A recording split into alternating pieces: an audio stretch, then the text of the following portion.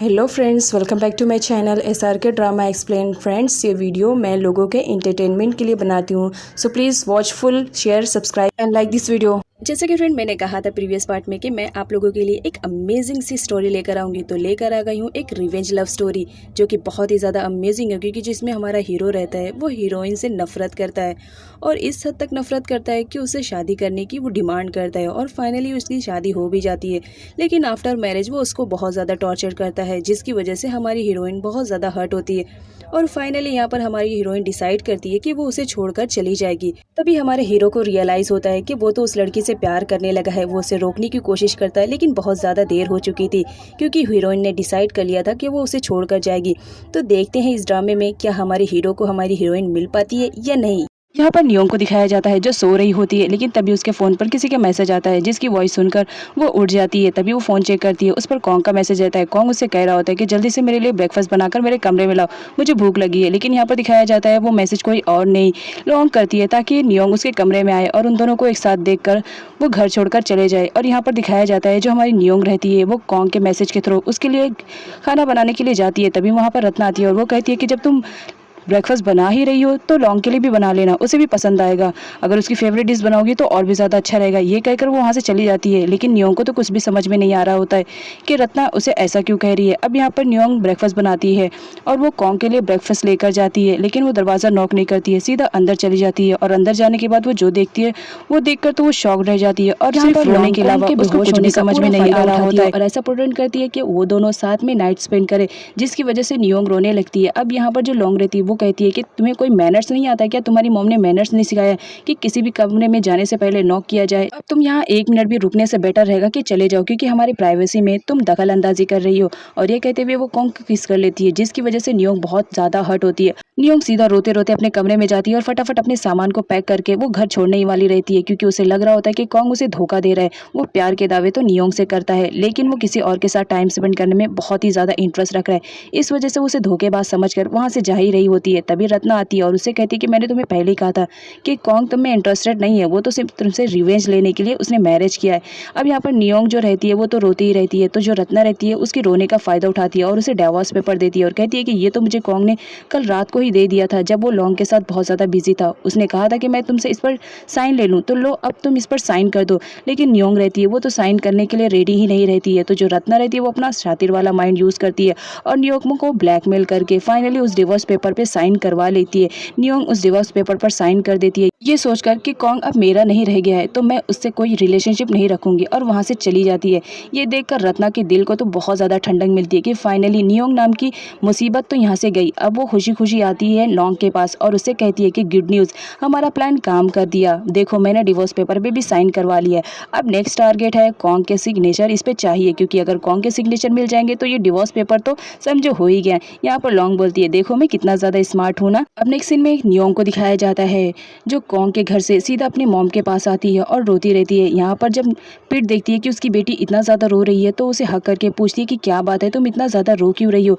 जहाँ पर नियोंग पूरी सच्चाई अपनी मॉम को बता देती है कि कॉन्ग ने उसे धोखा दिया। अब नेक्स्ट सीन में कॉन्ग को दिखाया जाता है जहाँ पर उसे होश आता है, लेकिन उसके सर में बहुत ज़्यादा दर्द रहता है। उसने जो डोज लिया था वो बहुत हैवी रहता है।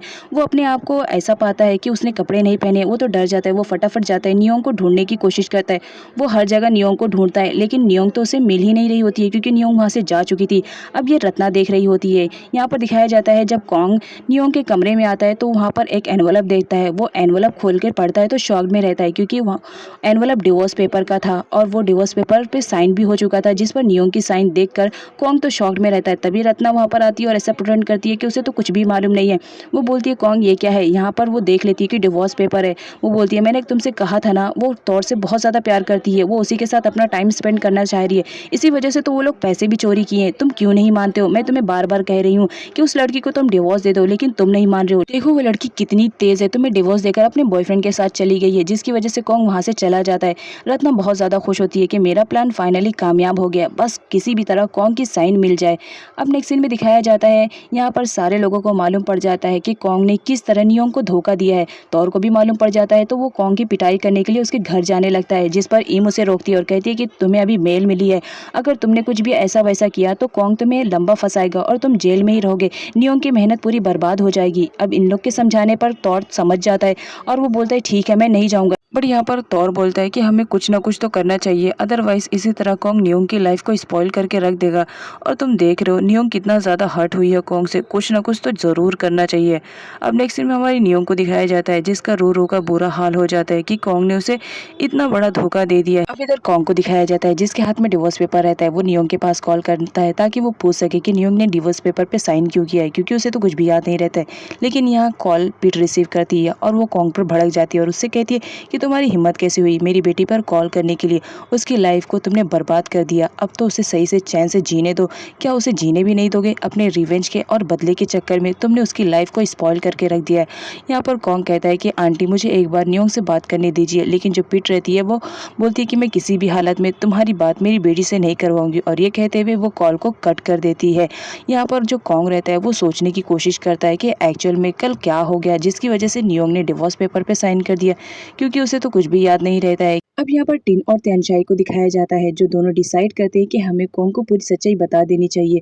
उसने रिवेंज के चक्कर में नियोंग की पूरी लाइफ को स्पॉइल कर दिया है, और यहाँ पर सच्चाई बताने के लिए वो लोग कॉन्ग के घर पर आते हैं, जहाँ कॉन्ग को लग रहा होता है कि ये लोग नियोंग के फेवर में बात करने के लिए आए हैं, तो वो उन लोग से सही से बात नहीं करता है।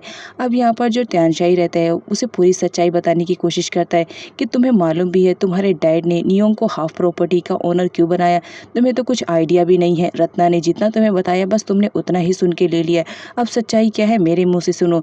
जो तुम्हारे डैड हैं और नियोंग के डैड दोनों ही बहुत ही बेस्ट फ्रेंड थे, और बिजनेस सबसे पहले स्टार्ट करने वाला कोई और नहीं नियोंग के फादर थे, जिनका पूरा अमाउंट लगा था। और जैसे कि तुम्हारी रत्ना आंटी ने तुम्हें बताया होगा कि तुम्हारे डैड पिट से प्यार करते थे, लेकिन पिट जैक को पसंद करती थी। इस वजह से तुम्हारे डैड ने बदला लेने के चक्कर में हर वो चीज़ जैक से छीन लिया था। जब लेकिन उन्हें रियलाइज़ हुआ तो उन्होंने वो चीज़ वापस करने की कोशिश की, और उन्होंने वापस किया, वो भी उस वक्त जब वो अपनी आखिरी सांसें गिन रहे थे।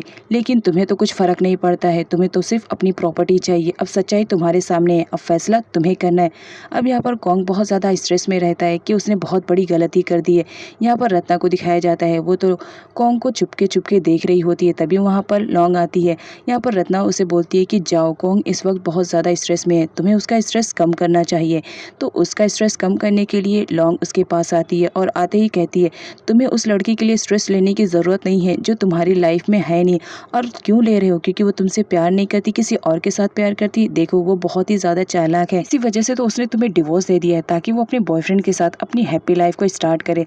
लेकिन जो कॉन्ग रहता है यहाँ पर तो उसे पूरी सच्चाई मालूम पड़ चुकी थी कि नियोंग ऐसी नहीं है, तो वो लौंग का हाथ छुड़वाकर वहाँ से चला जाता है। अब नेक्स्ट सीन में दिखाया जाता है हमारी जो नियोंग रहती है वो अपना घर भी चेंज कर चुकी होती है, ताकि वो कॉन्ग से कभी दोबारा ना मिल पाए। अब यहाँ पर कॉन्ग को दिखाया जाता है, जिसे पूरी सच्चाई मालूम पड़ चुकी होती है। वो नियोंग की फ़ोटोज़ देखता है और उससे कहता है कि तुम फिक्र मत करो, मेरे डैड ने जो गलती की है मैं उसे दोबारा रिपीट नहीं करूँगा, जो तुम्हारा है मैं उसे तुम्हें देकर रहूँगा। यहाँ पर दिखाया जाता है वो नियोंग का पता करने की कोशिश करता है, ताकि वो उससे बात कर सके। अब यहाँ पर नियोंग को दिखाया जाता है जहाँ पर वो गार्डनिंग कर रही होती है, तभी कुछ बच्चे आते हैं अपना बॉल लेने के लिए, जो अनफॉर्चुनेटली नियोंग के पास आ जाता है। यहाँ पर बच्चों को देखकर नियोंग बहुत ज़्यादा खुश हो जाती है, और यहाँ पर वो बोलती है क्या मैं भी तुम लोग के साथ खेलूं, और उन लोग के साथ इंजॉय करती है। अब यहाँ पर दिखाया जाता है जो कॉन्ग रहता है वो कसिनो में अच्छे तरीके से काम करता है, और हर चीज़ को पूरी जिम्मेदारी के साथ निभाता है, ताकि वो कसिनो का कभी लॉस न कर पाए, और यहाँ पर वो किसी को भी भाव नहीं देता है। अब नेक्स्ट सीन में दिखाया जाता है जो कॉन्ग रहता है वो कसिनो के कुछ पेपर्स को पढ़ रहा होता है और उस पर साइन कर रहा होता है, तभी वहाँ पर लौंग आती है और उसे इम्प्रेस करने की कोशिश करती है। रत्ना आती है, वो कहती है कि लग रहा है तुम बहुत ज़्यादा बिजी हो और साइन कर रहे हो, तो लो इस पेपर पे भी साइन कर दो। यहाँ पर कॉन्ग बोलता है कि आखिर कौन से पेपर से, जहाँ पर रत्ना बताती है कि डिवोर्स पेपर है, जिसकी वजह से कॉन्ग नहीं साइन करता है और वहाँ से चला जाता है। अब यहाँ पर तौर और इम दोनों नियोंग से मिलने के लिए आते हैं, लेकिन तभी तौर देखता है इतने सारे बच्चे, वो बच्चे नियोंग को बहुत ज़्यादा पसंद करने लगे थे। वो बोलते हैं कि अगर तुमने हमारी दीदी को ज़रा भी परेशान करने की कोशिश की है तो याद रखना हमसे बुरा कोई नहीं होगा। अब यहाँ पर जो इम रहती है वो उन बच्चों को देखकर बहुत ज़्यादा खुश हो जाती है। तौर तो कुछ भी समझ में नहीं आता है कि इतने सारे बच्चे आ कहाँ से गए।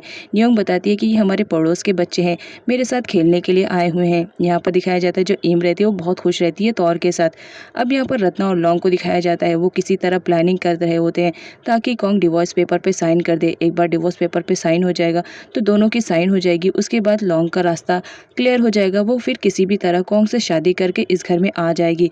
अब यहाँ पर ये सारी बातें सर्वेंट सुन लेती है और वो जेनी को कॉल करके पूरी इन्फॉर्मेशन बताती है और उससे कहती है अब इतनी इन्फॉर्मेशन दी हूँ तो कुछ अमाउंट मुझे मिलना चाहिए। जिस पर जेनी बोलती है मैं तुम्हें डबल अमाउंट दूंगी, तुम मुझे बस वहाँ की इन्फॉर्मेशन प्रोवाइड करते रहो। अभी यहाँ पर सर्वेंट बात ही कर रही होती जेनी से, तभी वहाँ पर प्रे आ जाती है और वो सर्वेंट की सारी बातें सुन लेती है, लेकिन वो क्लियर नहीं सुनती है। यहाँ पर वो उसे धमकी देती है कि अगर तुमने मुझे पूरी सच्चाई नहीं बताया तो याद रखना मैं तुम्हारा बुरा हाल करूंगी और तुम्हें मालूम है ना मैं किस तरह तुम्हें मारती हूँ। जिस पर सर्वेंट सब बता देती है।